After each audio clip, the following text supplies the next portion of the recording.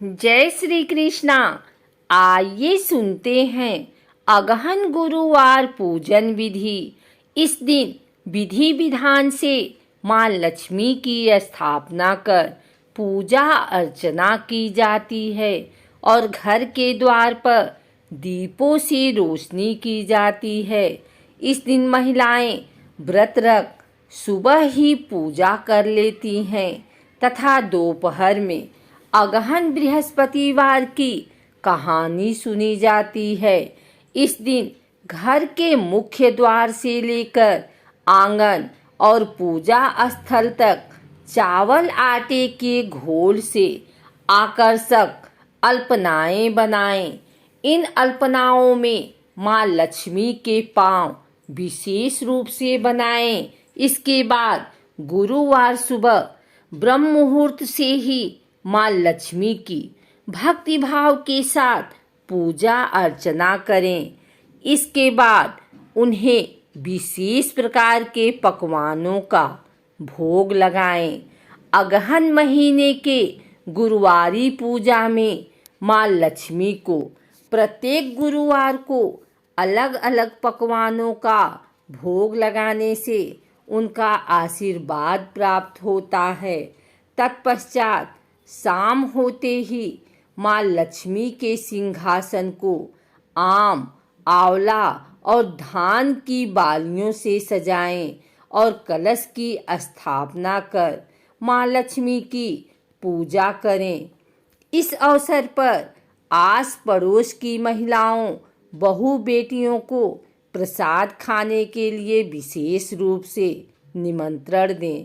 इस प्रकार अगहन या मार्गशीर्ष माह में हर घर में माँ लक्ष्मी की स्थापना कर विधि विधान से पूजा अर्चना करके माँ का आशीर्वाद प्राप्त करें। श्री महालक्ष्मी की व्रत कथा, अगहन बृहस्पति व्रत व कथा, गुरुवार की व्रत कथा, इसे श्रवण और पठन करने से दुख दरिद्रता दूर हो जाती है। श्री महालक्ष्मी माता की कृपा से सुख संपत्ति ऐश्वर्य प्राप्त होता है, मन की इच्छा पूरी होती है। यह व्रत पूजा करने से माता महालक्ष्मी प्रसन्न होती हैं तथा सुख शांति एवं धन संपत्ति प्राप्त होती है। यह व्रत करने वाले स्त्री तथा पुरुष दोनों मन से स्वस्थ एवं आनंदमय होने चाहिए। इस व्रत को किसी भी महीने के प्रथम गुरुवार से शुरू कर सकते हैं। विधि नियम अनुसार हर गुरुवार को महालक्ष्मी व्रत करें। श्री महालक्ष्मी की व्रत कथा को पढ़ें। लगातार 8 गुरुवार को व्रत का पालन कर अंतिम गुरुवार को समापन करें। वैसे यह व्रत पूजा पूरे वर्ष भर भी कर सकते हैं।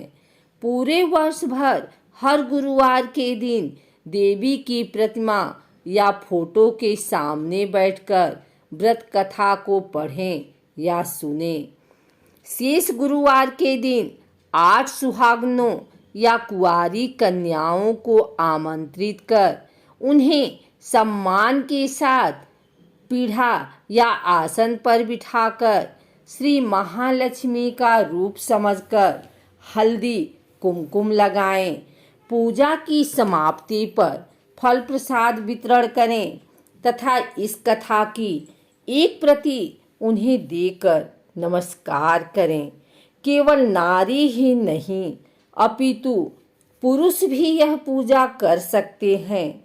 वे सुहागन या कुमारिका को आमंत्रित कर उन्हें हाथ में हल्दी कुमकुम प्रदान करें तथा व्रत कथा की एक प्रति देकर उन्हें प्रणाम करें। पुरुषों को भी इस व्रत कथा को पढ़ना या सुनना चाहिए। जिस दिन व्रत उपवास करें, दूध फलाहार करें, खाली पेट न रहें। रात को भोजन से पहले देवी को भोग लगाएं एवं परिवार के साथ भोजन करें। पद्म पुराण में यह व्रत गृहस्थ जनों के लिए बताया गया है। इस पूजा को पति पत्नी मिलकर कर सकते हैं। अगर किसी कारण से पूजा में बाधा आए तो औरों से पूजा करवा लेनी चाहिए, पर खुद उपवास अवश्य करें। उस गुरुवार को गिनती में न लें। अगर किसी दूसरी पूजा का उपवास गुरुवार को आए तो भी यह पूजा की जा सकती है। दिन या रात में भी पूजा की जा सकती है। दिन में उपवास करें तथा रात में पूजा के बाद भोजन कर लें। इस व्रत कथा को सुनने के लिए अपने आस पड़ोस के लोगों को, रिश्तेदारों को तथा घर के लोगों को बुलाएं। व्रत कथा को पढ़ते समय शांति तथा एकाग्रता बरतें। अगहन के पहले बृहस्पतिवार को व्रत शुरू करें तथा अंतिम गुरुवार को उसका समापन करें। अगर माह में 5 गुरुवार आए तो 5 गुरुवार को उस दिन अमावस्या या पूर्णिमा पूजा करें। इस पूजा को करने के लिए किसी ब्राह्मण पुरोहित की आवश्यकता नहीं है। हर कोई अपनी भक्ति से पूजा कर सकते हैं। एक दिन पूर्व ही घर को गोबर से लीप लें या फिर गीले कपड़े से पोंछ लें। इसके बाद एक ऊंचे पीढ़े या चौकी पर या छोटे मेज पर बीच में थोड़े गेहूं या चावल रखकर साफ सुथरे तांबे या पीतल के लोटे को पानी से भरकर चावल या गेहूं पर रखें।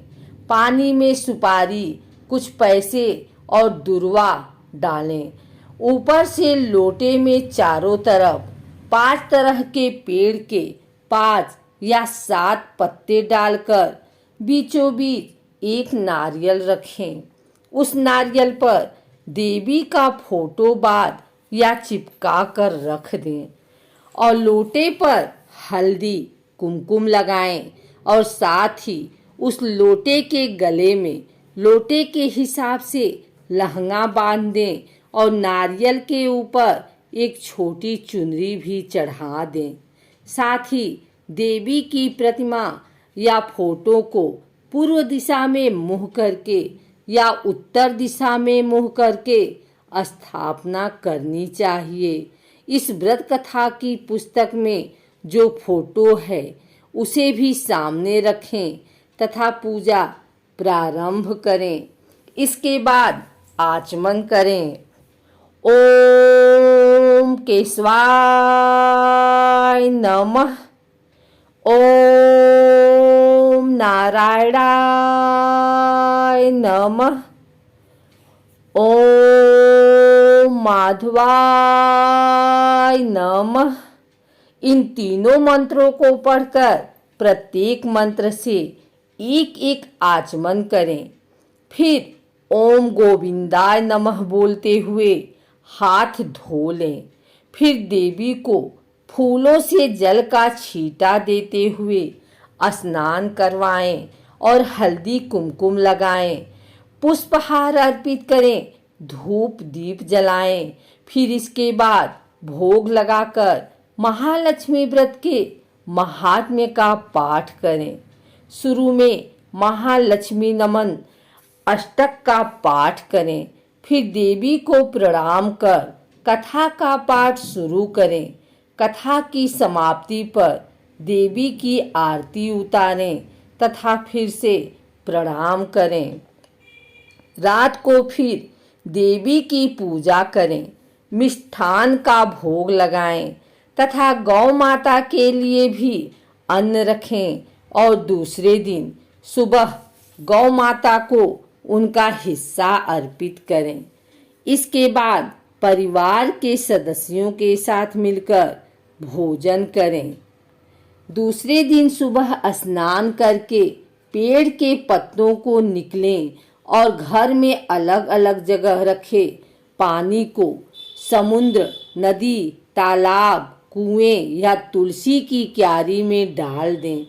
जिस जगह पूजा की हो वहां हल्दी कुमकुम छिड़क कर 3 बार प्रणाम करें। इसी प्रकार महीने के हर गुरुवार को करें। अगहन मास के 4 गुरुवार हो तो चारों और 5 हो तो पांचों को इसी प्रकार पूजन करें। पद्म पुराण में कहा गया है कि जो कोई भक्त हर वर्ष श्री महालक्ष्मी जी का यह व्रत करेगा उसे सुख संपदा और धन लाभ होगा। कुछ लोग इसे केसरी व्रत भी कहते हैं, परंतु इस व्रत में किसी खास रंग के परिधान की कोई जरूरत नहीं है। इसके अलावा महालक्ष्मी मंत्र, चालीसा, आरती इत्यादि का भी पाठ करना चाहिए।